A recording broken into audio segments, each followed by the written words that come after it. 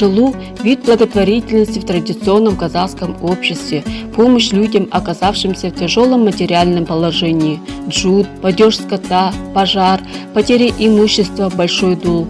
Помощь оказывалась родственниками, близкими соседями, земляками в виде денег, вещей, скота. Жилу собиралось по решению аксакалов или авторитетных людей.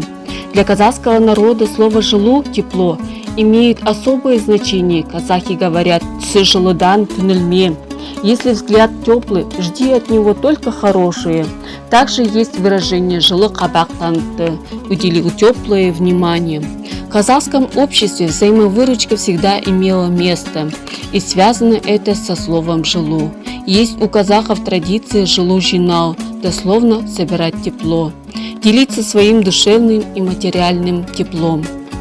Она имеет глубокую моральную основу, помогает воспитать в мир равнодушие горю другого человека, пусть даже незнакомого, совсем чужого.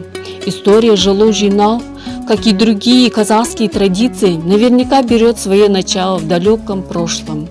Была подобная и у саков, скифов, далеких предков казахов. В те времена, если было необходимо, таким образом собирали воинов, чтобы помочь нуждающимся в помощи. О традиции «жилу жинау», или как иногда ее называют «жилу срау», просьба о тепле, писали разные ученые. Например, Айып Нусипкасаулы, автор книги «Тау бесіктен жер бесікке дейін», от деревянной колыбели до колыбели по имени Земля, что означает «от рождения до кончины», пишет следующее.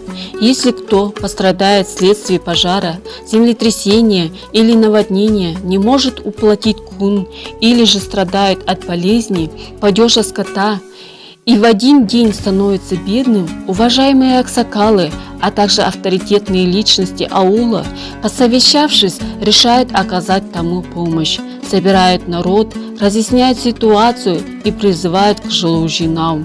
В таких случаях помощь пострадавшему оказывают все, кто чем может. У казахов не принято отказываться от жилу жинау. В эти дни весь Казахстан переживает трагедии в Арыси. Жители вынуждены были покинуть свои дома и город. В основном они прибыли в города Шымкент, Шардара, Сарыагаш и другие населенные пункты. И в эти дни традиция жилу жинау имела место по всему Казахстану. Каждый день мы узнаем о тех, кто выделяет средства в помощь пострадавшим.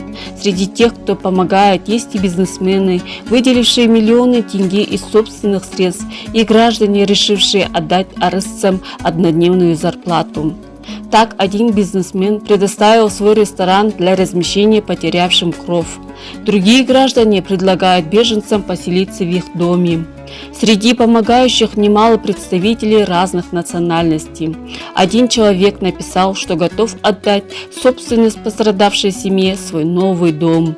Перечислять имена всех людей и компаний, вызвавшихся помочь своим соотечественникам, смысла нет, их очень много.